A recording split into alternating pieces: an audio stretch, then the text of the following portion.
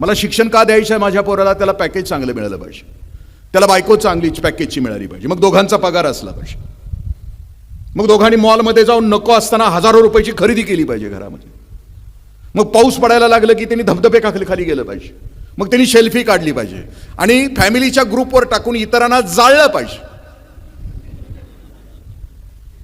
ही आमच्या सुखाच्या कल्पना, पण ते नाही ना जीवन, म्हणजे ते म्हणजे जगणं नाही ना. पुस्तकामध्ये काय सांगतात की 1990 नंतर जी परिस्थिती माझ्या देशामध्ये आली, सगळ्या जगामध्ये आली, खाऊच्या नावाच्या संस्कृतीनं आणली. खाजगीकरण, उदारीकरण आणि जागतिकीकरण. बायर्स मार्केट झालं, डिओ, अत्तर, लिपस्टिक वाड्या वस्त्यावर जाऊन पोहोचले. पैसा कर्जाच्या रूपानं माणसाच्या हातात खेळू लागला. ब्रँडेड शूज, ब्रँडेड कपडे, ब्रँडेड मोबाईल याच्यामध्ये माणसं हरवून गेली.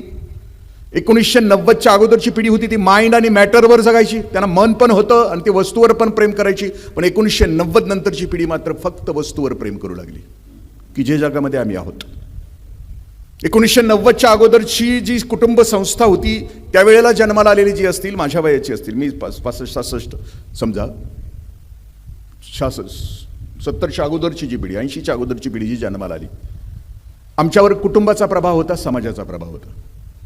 म्हणजे मी गावातनं निघालो आणि मी एखाद्याला शिवी दिली, मी देशमुखाचा मुलगा होतो, माझे वडील आमदार होते, मी एखाद्याला गावात शिवी दिली तर गावातला कुठलाही माणूस माझ्या थोबाडीत मारू शकत होता. गावचा मजूर सुद्धा, निरक्षर माणूस सुद्धा मी शिवी दिली तर माझ्या थोबाडीत मारू शकत होता, कारण मी गावाची प्रॉपर्टी होतो. माझ्यावर कुटुंबाचा प्रभाव होता, माझ्यावर समाजाचा प्रभाव होता. 1990 नंतर संपलं. समूहवादाकडून व्यक्तिवादाकडं माणूस नावाच्या जातीचा प्रवास सुरू झाला. आणखीन कोणाला डिटेल याच्यामध्ये वाचायचं असलं तर मी जाता जाता पुस्तकांची नावं सांगतो. इवान हरारे नावाचा पुस्तक आहे, लेखक आहे, विचारवंत आहे, खूप 45-50 वर्षाचा, विपश्यी साधक आहे सर. विपश्यना केल्यानंतर त्याने ही पुस्तकं लिहिली आणि तो असं म्हणतो सुद्धा, विपश्यना जर मी केली नसती तर ही पुस्तकं मी लिहू शकलो नसतो. होमोसेपियन याचा अर्थ की कालपर्यंत, 1990 पर्यंतचा माणूस. आणि आताची पिढी आहे की आता 2040-2050 साली तुमच्या माझ्या पोटी जन्माला आलेली लेकरं आहेत, त्यांना होमो डेस असं तो म्हणतो आहे. ती कशी असणार आहेत? AI च्या काळातली पोरं आत्ता, अल्गोरिदमच्या काळातली पोरं आत्ता कशी असणार आहेत? ती शरीरानं दुबळी असतील पण बुद्धिमत्तेनं प्रचंड वेगवान असतील, पण हा प्रवाह आहे त्या लेकरांना नाही थोपवू शकणार. तो असं म्हणतोय की आता जुन्या सगळ्या गोष्टी कोसळून पडत आहेत, नवीन येणाऱ्या गोष्टींचा वेग प्रचंड आहे. एका संक्रमणाच्या स्थितीमध्ये आत्ताची पोरं आहेत आणि त्यांना भयानक भविष्याचा संघर्ष करावा लागणार आहे, वेगवेगळ्या गोष्टींचा. त्याच्यासाठी आईबाप म्हणून आणि शाळा म्हणून, शिक्षक म्हणून खूप मोठी जबाबदारी असणार. काय जबाबदारी असणार आहे त्याची उत्तर पण त्यांना 21व्या शतकामध्ये 21 सूत्र नावाच्या पुस्तकामध्ये दिली. आणि आता नवीन त्याचं आत्ता पुस्तक आलंय 2-3 महिन्यापूर्वी, नेक्सस म्हणून. त्याच्यामध्ये तोच विचार करतो की माणूस नावाची जात या पृथ्वी तलावर सुखानं आणि समाधानानं राहण्यासाठी जगभरातल्या सगळ्या व्यवस्था कशा असल्या पाहिजे, शिक्षण कसं असलं पाहिजे, आरोग्य कसं असलं पाहिजे, उद्योग व्यापार कसे असले पाहिजे, याच्यावर तो विचार करता. मग 1990 नंतरचा जो आहे, 1990च्या अगोदर हम दो हमारे दो, माँ बाप फेक दो, ती कुटुंब संस्था होती. त्यानंतर हम दो हमारा एक बजाज, एकच बाळ्या आणि एकच बाळी, आता तिघांचं कुटुंब झालं. मी ज्या घरात जन्माला आलो, मी ज्या कुटुंबात मी लहान असताना माझ्या घरामध्ये 67-68 माणसं होती, चुलते. आम्ही 7 भाऊ, मला 5 बहिणी, मी सगळ्यात शेवटचा. म्हणजे आपल्याकडे म्हणसुद्धा होती, नक्तं व्हावं पण मी धाकटं झाल्याचा मी अनुभव घेतलाय. कॉलेज होईपर्यंत मला स्वतःचे पॅन्ट शर्ट मिळाले नाहीत, सगळं अल्टर. कोल्हापुरातले सगळे अल्टर स्पेशालिस्ट माझीच वाट बघायची. येते घरात आम्ही एकत्र आलो दिवाळीच्या आणि उन्हाळीच्या सुट्टीमध्ये की 1 नंबरचा भाऊ 2 नंबरच्या भावाला काम सांगायचं, 2 नंबरचा भाऊ 3 नंबरच्या भावाला काम सांगायचं, 3 नंबरचा भाऊ मला सांगायचं. माझ्या खाली कोणच नसायचं. पण ते खूप सुखी कुटुंब आहे. 2-3 बालविधवा माझ्या घरामध्ये वयस्कर झालेल्या होत्या, चुलती.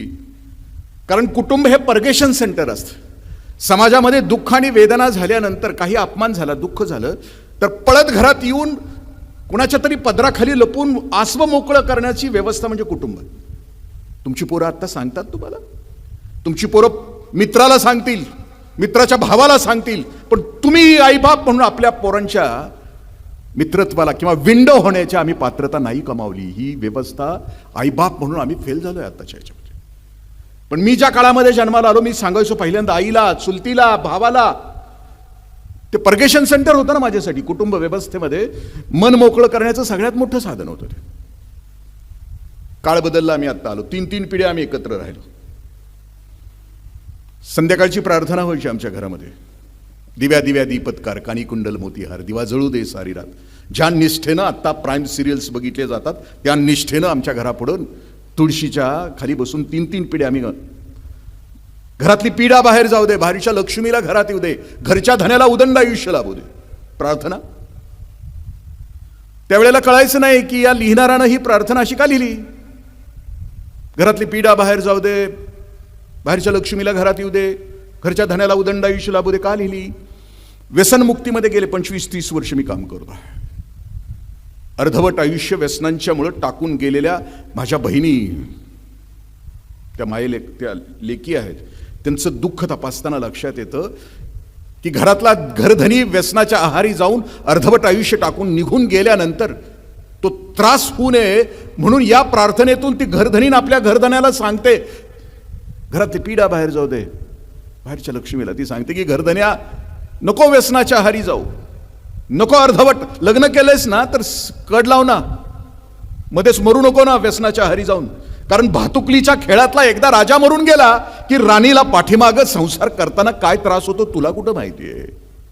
आणि म्हणून त्या प्रार्थनेतून ती सांगायची की घरच्या धन्याला उदंड आयुष्य लाभू दे. काळ बदलला, घरातल्या व्हायब्रेशन्स बदलल्या. आता आम्ही ज्या व्हायब्रेशन्समध्ये आलो त्या व्हायब्रेशन्स चंगळवादाच्या आहेत. मी मगाशी सांगितलं, आपण एकदा या महान स्कूलमध्ये आपण ॲडमिशन घेतलं की ज्या स्कूलमध्ये स्वामीजींचा विचार, ज्या स्कूलमध्ये जे कृष्णमूर्तींचा विचार, ज्या स्कूलमध्ये विपश्यनेचा विचार केला जातो, याचा अर्थच मुळामध्ये येतो आहे की तुम्ही वेगळे पालक आहात. कारण तुम्हाला कळालंय की माझं लेकरू नेमकं कसं व्हायला पाहिजे. ते आनंदी हवाय, ते खुश हवाय मला माझ्या भविष्यात आयुष्यामध्ये. मला ठरवलं पाहिजे ना का ते ह्या 3 पीच्या आहारी गेलेला हवाय एवढं मोठं.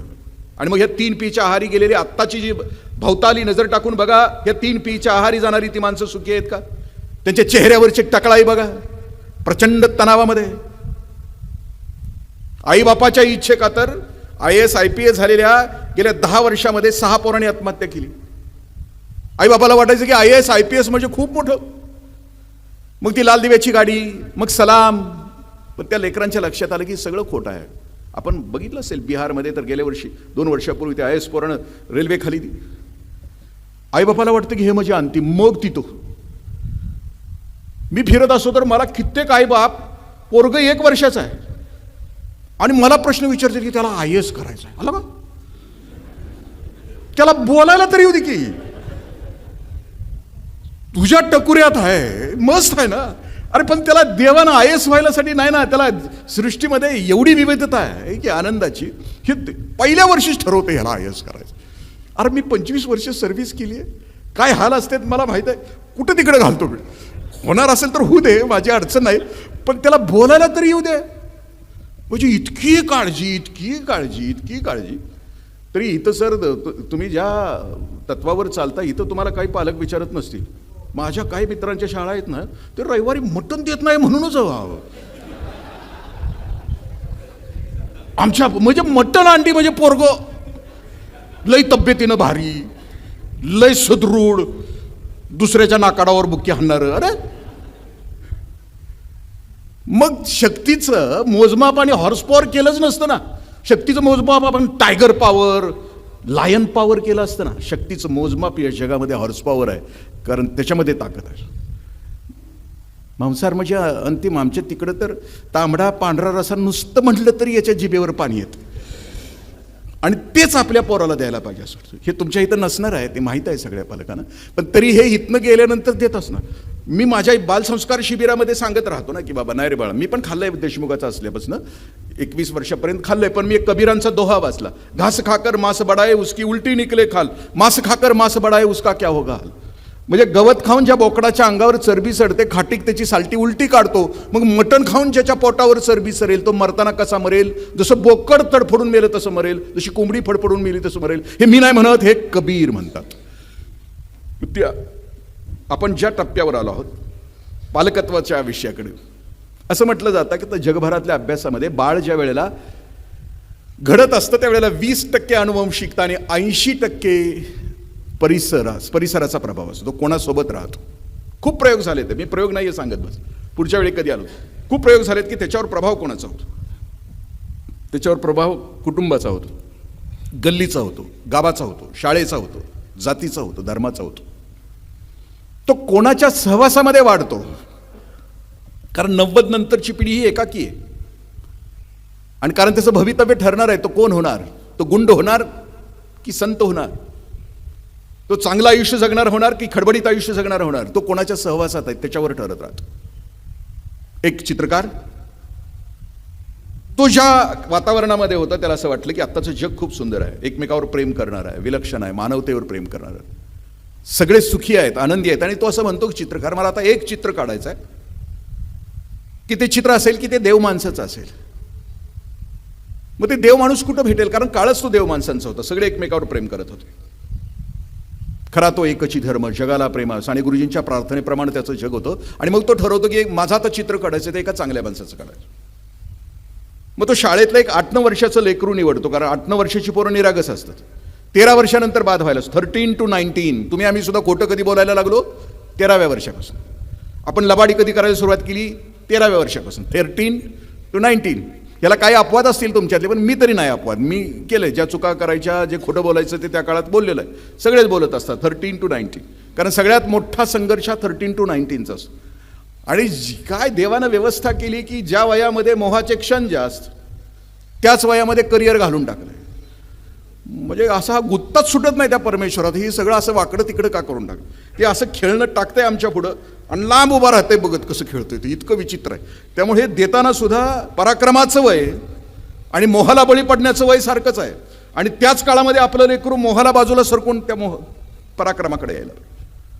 चित्र काढायचं ठरवलं. चित्र त्या सुवर्ण सकाळी चित्रकारानं ते काढलं. 8 वर्षाच्या मुलाचं निरागस पवित्र शुद्ध. ब्रश ठेवून दिला.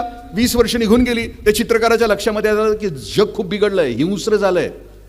आता तुम्ही गेल्या 10-15 दिवसातल्या घटना बघितल्या असतील. 17-18 वर्षाच्या पोरांनी केलेले खून बघितले असतील.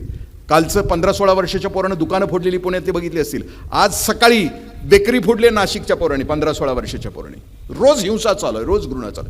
सांगलीमध्ये त्या मोबाईलचं स्क्रीन 50 रुपयाला का देत नाही म्हणून खून केलाय पोरानं. 18 वर्षाच्या पोरानं खून केलाय. हिंसा द्वेष दाराशी येऊन ठेवला आमच्या समोर येऊन ठेवलं.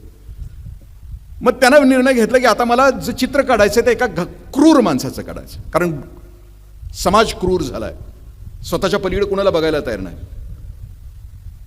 मग त्यानं विचारलं की असा क्रूर माणूस भेटेल कुठं.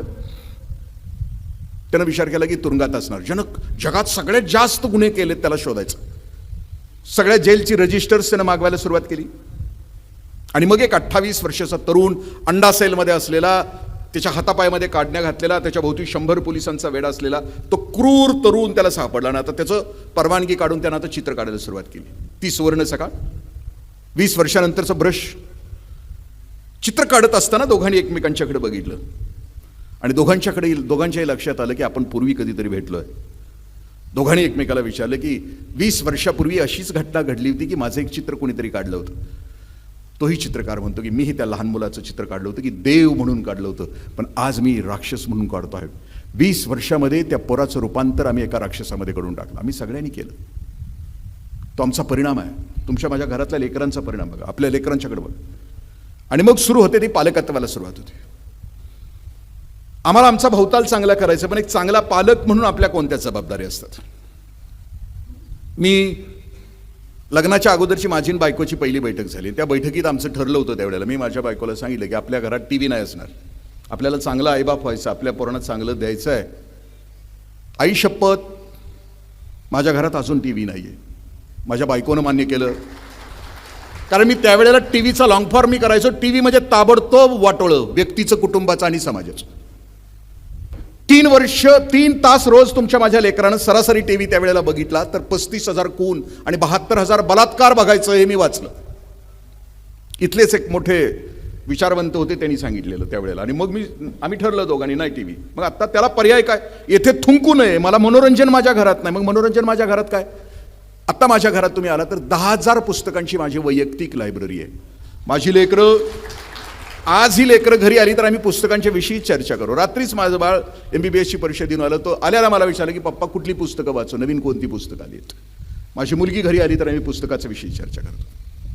माझं घर मला मंदिर करायचं आहे का, माझी लेकरं मला आतून समृद्ध करायची आहेत का भुरटी करायची आहेत, बाहेरून आता जी दिसत आहेत ना चमकोगिरी करणारी, का त्याच्या पलीकडचं आतून जगातल्या सगळ्यात उच्चतम गोष्टीचा रसरशीत आनंद घेणारी कोणती मुलं मला पाहिजे.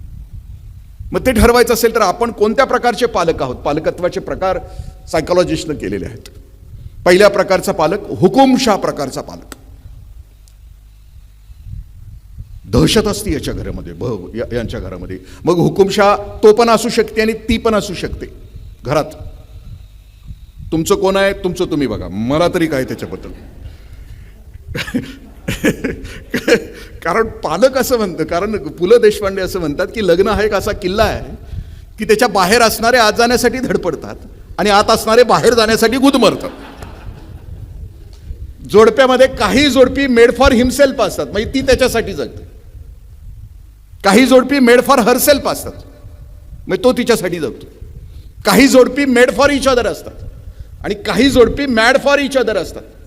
महात्मा फुले, सावित्रीबाई फुले, बाबा आमटे, अभय बंग, राणी बंग. तुझं पाऊल ते माझं पाऊल, तुझा श्वास ते माझं श्वास. नाना आणि ताई हाणायला हरकत नाही ना. Mad for each other. जे काही करायचंय तुझा श्वास माझा श्वास, तुझं पाऊल माझं पाऊल. 7 पावलांच्या फेऱ्या हे आयुष्यभर पावलांना साथ देण्यासाठी असतात त्यांच्या आयुष्यातल्या. ती तशी जगतात. माझं एकट्याचंच पोरगं नाहीये मी चांगलं करणार, अवघ्यांची पोरं चांगली करणार. ज्या शिक्षिका आहेत ना त्या शिक्षिकांना देवकी होता येतं आणि त्याबरोबर यशोदा सुद्धा होता येतं. दरवर्षी 40 पोरं वेगवेगळ्या घरातली आपल्या पोराबरोबर अनेकांची पोरं शिकवणं, याच्या सर्व किती जन्माचं पुण्य घेऊन येतात या शिक्षिका असतात ना. मला वाटतं केवढं पुण्य, एवढी पोरं शिकवण्याचं भाग्य त्यांना येतं. हुकुमशाह प्रकारचा पालक म्हणजे दहशत. ह्याच्या पायांचा आवाज कर्र कर्र आला की पोराच्या छातीमध्ये चर चर. आपण सुद्धा आपल्या आईवडिलांना म्हटलं होतं त्यावेळेला हिटलर आला. 10वी 12वी ती पोरं आपली म्हणतातच हिटलर. संवाद नसतो, खुरटून जातात पोरं, निर्णय घेता येत नाही. जिथं दहशतीचं म्हणजे पालकत्व म्हणजे त्याचं किंवा तिचं कुणाचंही असू द्या, जो घराचा मालक आता आहे तो. बाळाला कुत्रं चावलं, बापाशी नाही बोलू शकला. 2 महिन्यानंतर बाळ बापाच्या मांडीवर रेबीजनं खलास झालं. संवाद नाही झाला. हुकुमशाह प्रकारचा पालक. माइंड आणि मॅटरमध्ये बापानं गाडी आणली नवीन. गाडी खाली पार्किंगमध्ये लावली होती. मुलगा खाली मित्रांच्या सोबत खेळत होता. खेळत असताना मुलानं त्या गाडीवर काहीतरी काढायचा प्रयत्न केला. दगडानं तो लिहित होता त्या गाडीवर. बाप आला, त्यानं बघितलं की पोरगं गाडी खराब करत आहे. पोरापेक्षा गाडी महत्वाची होती त्याला. पोराला मारलं, कारण मॅटरवर प्रेम, वस्तूवर प्रेम. पोराला इतकं मारलं की ॲडमिट करावं लागलं. ॲडमिट करून घरी आल्यानंतर बापानं बघितलं पोरानं काय केलंय गाडीला, म्हणून त्यानं बघितलं तर पोरानं त्या गाडीवर लिहिलं होतं आय लव्ह यू पापा, पण उशीर झाला होता. हुकुमशाह. दुसऱ्या प्रकारचा पालक घाबरट भित्रे पालक. नकार न देणारे पालक. घाबरते काय बाहेर जाऊन केलं तर, नकारच देत नाहीत. नकार देताच येत नाही. ही उमलत नाहीत लेकरं. नकार पचवता येत नाही. समाजातले अपमान या लेकरांना नाहीत पचवता येत.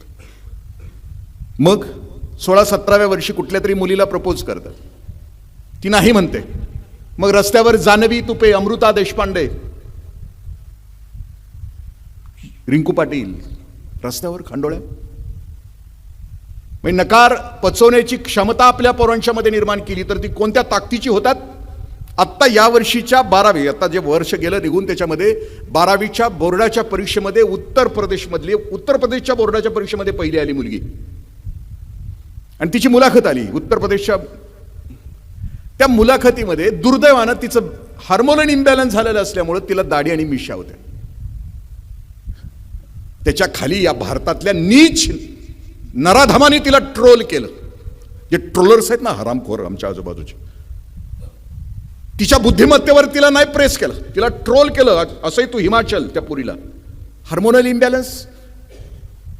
त्याच लेकीचं माझ्या दुसरं व्हिडिओ बघा तुम्ही युट्यूबवर, लगेच दुसरा त्यातला पहिला प्रश्न त्या विचारलाय मुलाखतीमध्ये की तुला ट्रोल केलं दाढी मिशा आहेत म्हणून, तुला वाईट नाही वाटलं? पोरगी लय भारी हसते, लय भारी हसते, तिला शिकवलंय आई बापानी नकार कसा पचवावा, अपमान कसा गिळावा आणि सहजतेनं कसं जगावं. ती पोरगी हसते, ती म्हणते की मी दाढी मिशानं मी अख्ख्या भारतामध्ये फेमस झाले, याच्यासारखं दुसरं कोणतं असेल असं म्हणते. दुसरं उत्तर त्या लेकीचं कोणतं आहे? हे हार्मोनल इम्बॅलन्स आहे. एक गोळी खाल्लं तर निघून जातील दाढी मिशा, आणि ब्युटी पार्लर 5-5 मिनिटावर आहे, संपून जाईल ना विषय. ती पोरगी बघताना बघा काय तिचं संगोपन केलं असेल आई वडिलांनी, काय ती स्वतः समृद्ध झाली असेल आतून, एवढा मोठा अपमान पचवण्याची ताकद, ती क्षमता आईबापांनी कशी निर्माण केली असेल. ही तर पोराचा अपमान आईबापाला आपला अपमान वाटतो आणि ती जगावर तुटून पडतंय. अरे तो आतून, कारण त्याला आम्ही शिकवत नाही ना बाळा. आयरन आणि हातोड्यामध्ये एक आयरन हजारो हातोडे तोडते, पण आयरन शेवटपर्यंत राहते. पचवण्याची क्षमता मी त्याच्यात निर्माण केली तर ते दीर्घकाळ असतं. पुढच्या प्रकारचा पालक आहे तटस्थ पालक. तुझं तू जग, माझं मी जगतो. तू माझ्या जगामध्ये यायचं नाही, मी तुझ्या जगामध्ये यायचं नाही. मी तुझा एटीएम आहे, पैसे माग, वस्तू माग, घे ढिगभर, पण तुझं तू जग. मी ज्या पालकत्वाचं वर्णन करतो आहे ते चुकून कुणाला लागू पडत असेल तर तो योगायोग समजावा. पुढच्या प्रकारचा पालक आहे तो रूढीवादी. हे कायम भूतकाळात असतं. आमच्या काळात असं आणि आमच्या काळात तसं. आमच्या काळात आंब होतं, पाटीनं आम्ही खायचो, तुला का नुसतं एकच हे खातायस, फोड खातायस आणि तेवढ्यात प्रकृती बिघडते. आमच्यात पाठीभर खाल्लं तर आमची प्रकृती बिघडायची नाही. आम्ही खेळायचो इट्टूदांडू, आम्ही खेळायचो. मग ते कायम रूढीवादीच, कायम भूतकाळातच जगतंय. 1989ला इथे होतो, 1990ला तिथे होतो. अरे इथे तिथे कुठं तू पाठीमागं जागतो? त्याला पुढं जायचं आहे. आरशात बघून गाडी किती काळ, मागच्या आरशात बघून गाडी किती काळ चालवणार राजा तू? त्याला पुढच्या काचेतनं बघून पुढं त्याचं आयुष्यच दिलं पाहिजे ना. रूढीवादी पालक, त्याला पुढं दिलं पाहिजे. आणि सगळ्यात शेवटचं पालकत्व आहे, त्याचं नाव आहे सुजान पालकत्व. झोप यायला लागली? नक्की नाही ना? कारण जेवणाच्या आधी ठेवलंय तरी नानांनी. जेवणानंतर असतं तर मला अंगाईच म्हणावी लागली असते. कुठला आला शेवटचं पालक? कुठलं? सुजान पालक. सुजान पालकत्वामध्ये प्रचंड सकारात्मकता असते, संवाद असतो लेकरांच्या मध्ये, आई वडिलांच्या मध्ये खूप मोठा संवाद. एकमेकाला समजून घेण्याची क्षमता आई वडिलांच्याकडे खूप असते. 10वी आणि 12वीला मुलगा किंवा मुलगी आता पुढच्या वर्षी आहे तर घरामध्ये बैठक होते शाळा सुरू व्हायच्या अगोदर, आणि मग सांगितलं जातं दादा यावर्षी दीदी 12वीला आहे, आपल्याला वर्षभर टीव्ही बंद करावा लागणार आहे. ते पण म्हणतो हो. लोकशाही पद्धतीने निर्णय घेतले जातात. मी म्हणतो म्हणून नसतंय त्याचं. घरामध्ये म्हणजे त्या घरामध्ये एक उत्साही वातावरण असतं, आनंदी. घराला घरपण असतं, सगळ्यांचे चेहरे टवटवीत असतात, कोण कोणावर गुरगुरत नसते, कोण कोणाची मापं काढत नसते, कोण कोणाच्या उणीवा काढत नसते. नातं त्यालाच म्हणायचं असतं की सर्व गुणदोषासहित स्वीकारलं जातं, त्याला नातं म्हणायचं असतं, रिलेशन्स म्हणायचं असतं. अख्खं आयुष्य आपलं मापं काढण्यासाठी. प्रवचनामध्ये आम्ही सांगतो की संसारी माणूस 2च गोष्टीची चर्चा आयुष्यभर करतो, निंदा चहाडी जनाची आणि अखंड चिंता धनाची.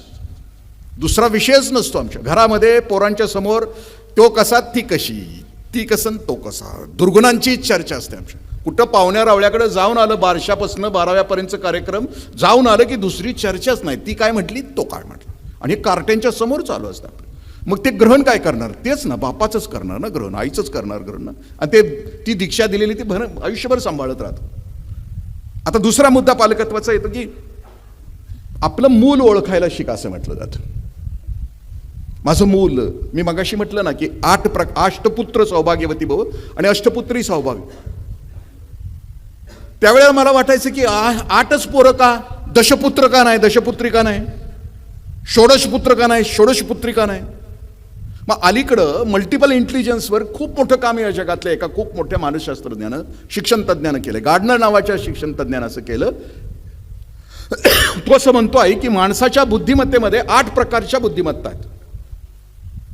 आणि त्या बुद्धिमत्तेपैकी आपलं लेकरू कोणत्या बुद्धिमत्तेचं आहे हे आईबापांना आणि शिक्षकांना म्हणजे शोधायला पाहिजे आणि त्या क्षेत्रामध्ये त्याला त्याचं करिअर घडवलं पाहिजे. इकेगाई नावाचं पुस्तक आपण वाचलं असेल. त्या इकेगाई नावाच्या पुस्तकामध्ये इकेगाई जो आहे तो इकेगाईचा भाग म्हणजेच त्या पुस्तकामध्ये 10 सूत्र आहेत. 10 सूत्रामधला विषय काय आहे की ओकिनामा नावाचं बेट आहे जपानमध्ये. त्या बेटावरची माणसं 120 वर्ष जगतात. 120 वर्ष. तिथं 10वीच्या वर शाळा नाहीये काढली, तिथं इंडस्ट्री नाही, दुसरं काहीच नाही. मग 120 वर्ष ही जगतात कशी माणसं? त्याची 10 सूत्र. पहिलं सूत्र आहे स्लो डाऊन युअर लाईफ. आयुष्याचा वेग कमी करा. हे उठल्यापासून झोपेपर्यंत वकवक वकवक रख रख रख रख भग भग भग भग भग.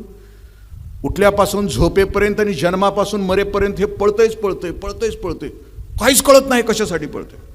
मग ते सॉल्मन ग्रँडीच्या कवितेसारखं पळतंय. सोमवारी जन्माला येतंय, मंगळवारी मोठं होतंय, बुधवारी लगीन, गुरुवारी पोरं, शुक्रवारी लईच आजारी, आयतवारी येण्यासारखं एमलेस पळत राहतं. मग ते म्हणतात की स्लो डाऊन युअर लाईफ. आपल्याला इकेगाई हा आपला मुद्दा नाही. इकेगाई या शब्दाचा अर्थ आपल्या मुलाचं नेमकी बुद्धिमत्ता कोणती आहे, त्याच बुद्धिमत्ताच्या क्षेत्रामध्ये त्याला त्याचं करिअर करू दिलं तर तो आयुष्यभर सुखी राहतो, तो आनंदी राहतो. कारण खलील जिब्रान असं म्हणतो आहे की तुमच्या पोटी जन्माला आलेली पोरं ही तुमची नाही आहेत, ती तुमच्यापासून जन्माला आली आहेत. तुम्ही त्याचे मालक नाही आहेत, तुम्ही त्याचे पालक आहात. तुम्ही त्याला आश्रित नका करू, त्याला आधार द्या. तुम्हाला हवं तसं त्याला करू नका. त्याच्या फांद्या नका छाटू, त्याच्या मुळं नका त्याची छाटू, त्याचा बोनसाय नका करू. त्याला त्याच्या क्षमतेनं त्याचा विकास होऊ द्या. त्याला उमलू द्या, त्याला खुलू द्या, त्याला त्याच्या क्षेत्रामध्ये उमलू द्या. बाप म्हणून आणि आई म्हणून आपलं कर्तव्य कोणतं की त्याची बुद्धिमत्ता आपल्याला कळाली की त्या क्षेत्रामध्ये त्याचा विकास होऊ द्या.